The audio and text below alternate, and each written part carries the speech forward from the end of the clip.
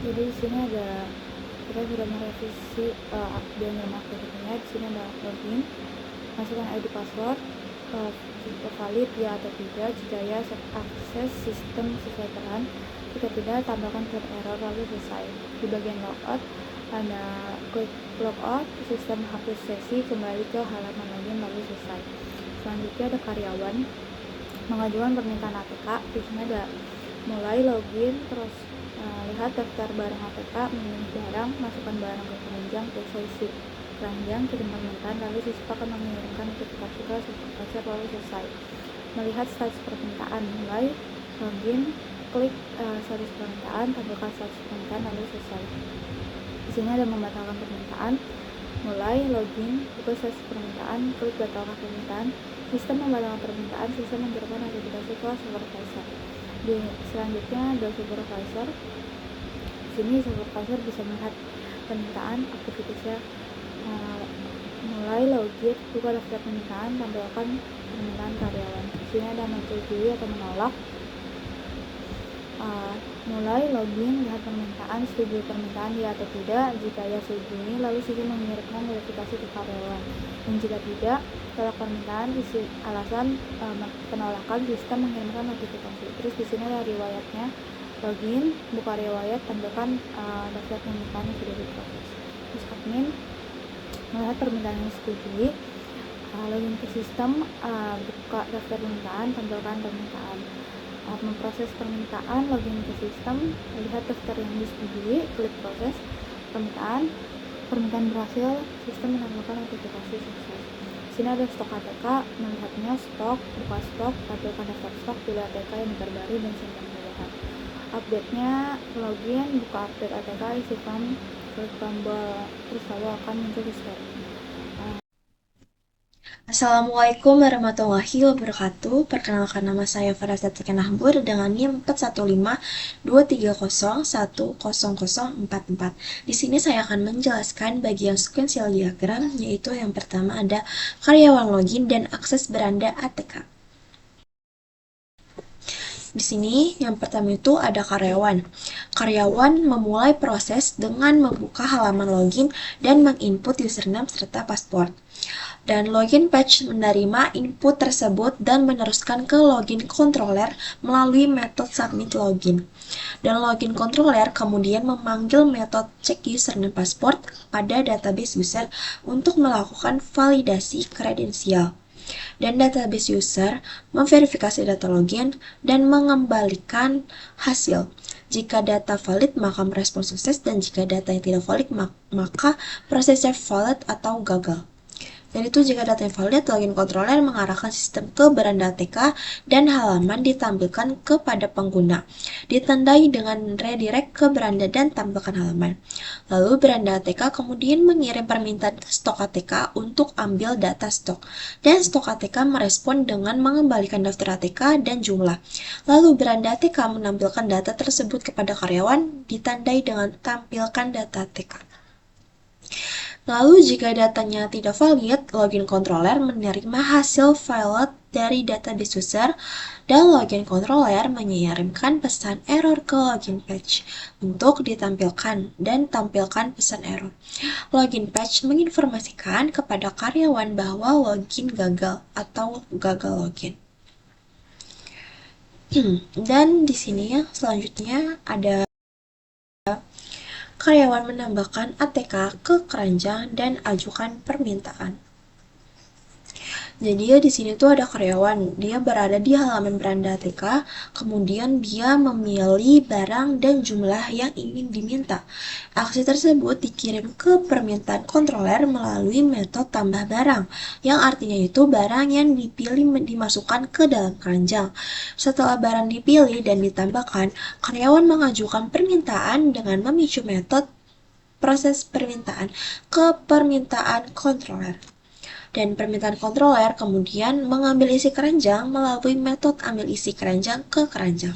Setelah data isi keranjang didapat, permintaan controller menjalankan metode simpan permintaan ke permintaan ATK. untuk menyimpan permintaan secara resmi. Setelah permintaan berhasil disimpan, permintaan ATK meneruskan permintaan tersebut ke notifikasi melalui proses kirim ke supervisor. Dan sistem memberikan respon ke karyawan bahwa status permintaan adalah diproses. Assalamualaikum warahmatullahi wabarakatuh. Perkenalkan, nama saya Desi Lilia Safira dengan NIM 152301027. Di sini saya akan melanjutkan penjelasan diagram sekuensial dari Faras. Di sini saya akan menjelaskan 3 diagram sekuensial lanjutan. Nah, lanjut saja untuk diagram yang pertama, yaitu karyawan akan mengecek status permintaan, yaitu akan dibatalkan atau tidak. Nah, di sini karyawan akan membuka halaman status ke dashboard karyawan. Lalu di dashboard karyawan akan mengambil daftar permintaan ke permintaan ATK, dan permintaan ATK akan mengembalikan status permintaan bersama catatannya ke dashboard karyawan dan akan menampilkan status tersebut ke karyawan. Nah, di sini akan ada ALT, yaitu jika status sama dengan diproses, karyawan akan mengklik batalkan. Dan dari dashboard karyawan, dia akan mengonfirmasikan batalkan permintaan ke permintaan controller, dan dari permintaan controller akan mengupdate status menjadi dibatalkan ke permintaan ATK. Nah, selanjutnya saya akan menjelaskan untuk selanjutnya diagram sekuensial selanjutnya, yaitu ada supervisor menyetujui atau menolak permintaan. Nah, di sini supervisor akan login dulu. Jadi supervisor akan menginput username dan password ke login page.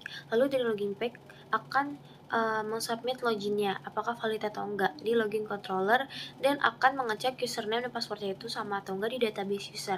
Nah, di sini kalau bakal ada bagian ALT, kalau misalkan loginnya itu valid, akan sukses ya, dan akan menampilkan dashboard.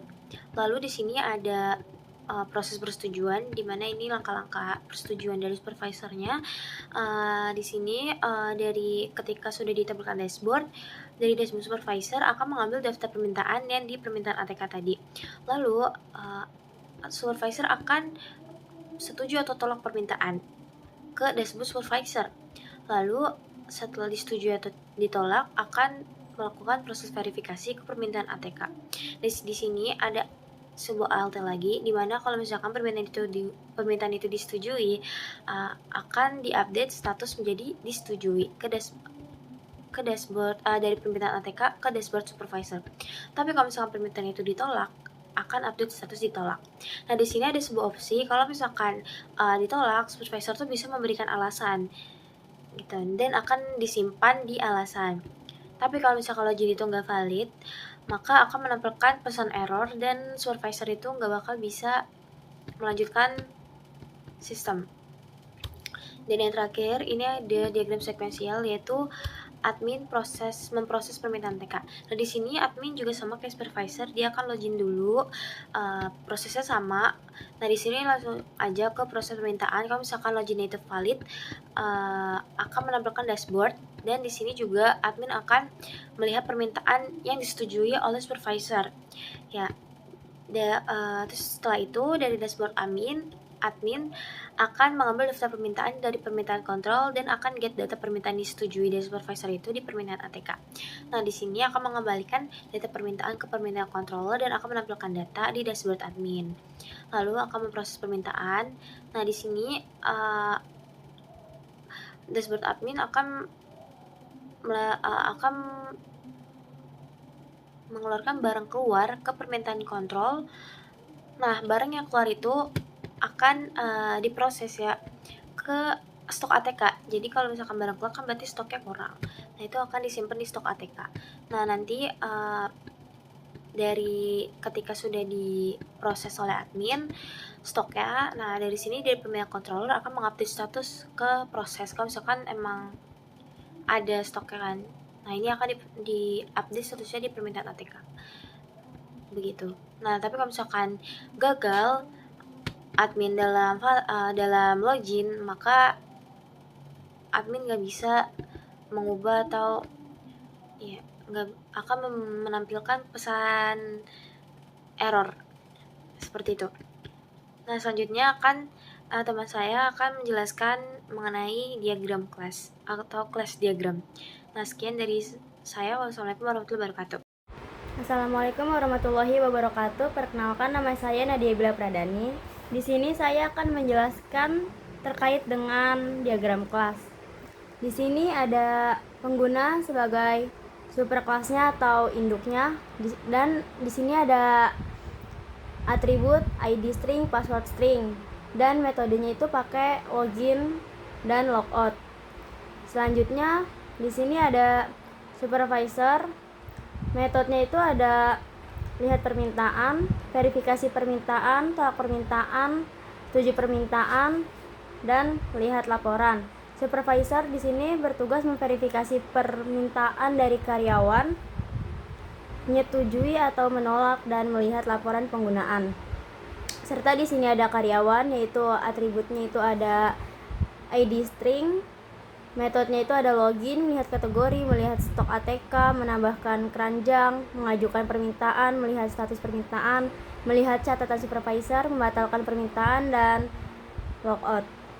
Karyawan dapat memilih barang, membuat dan membatalkan permintaan, serta melihat status permintaan dan laporan penggunaan pribadi. Selanjutnya di sini ada admin, turunan dari si pengguna ini. Atributnya ini ada ID string dan password string. Metodenya ini ada login, memproses permintaan, mengecek stok, mencatat barang keluar, mengajukan pengadaan, memasukkan barang ke stok, melihat permintaan yang telah diproses, dan logout. Admin bertanggung jawab terhadap data stok dan melihat atau mengelola semua permintaan. Dan di sini ada laporan penggunaan. Atributnya itu ada period string, detail map karyawan, dan metodenya itu ada generate laporan atau void. Di sini tuh ada menyimpan catatan permintaan ATK oleh karyawan dalam periode tertentu. Selanjutnya di sini ada permintaan ATK. Atributnya ini ada ID string, tanggal date, status karyawan, daftar barang, dan metodenya itu hanya ada satu, yaitu update status. Di sini permintaan karyawan itu menyimpan data permintaan ATK, statusnya, dan daftar barang yang diminta dapat mengubah status. Lalu di sini ada stok ATK. Atributnya itu ada daftar barang, cek ketersediaan barang, kurang stok, dan tambah stok barang. Stok ATK ini menyimpan daftar stok barang ATK yang tersedia. Bisa melakukan pengecekan dan pembaruan. Selanjutnya di sini ada barang. Atributnya itu ada kode barang string, nama barang, dan jumlah atau integer.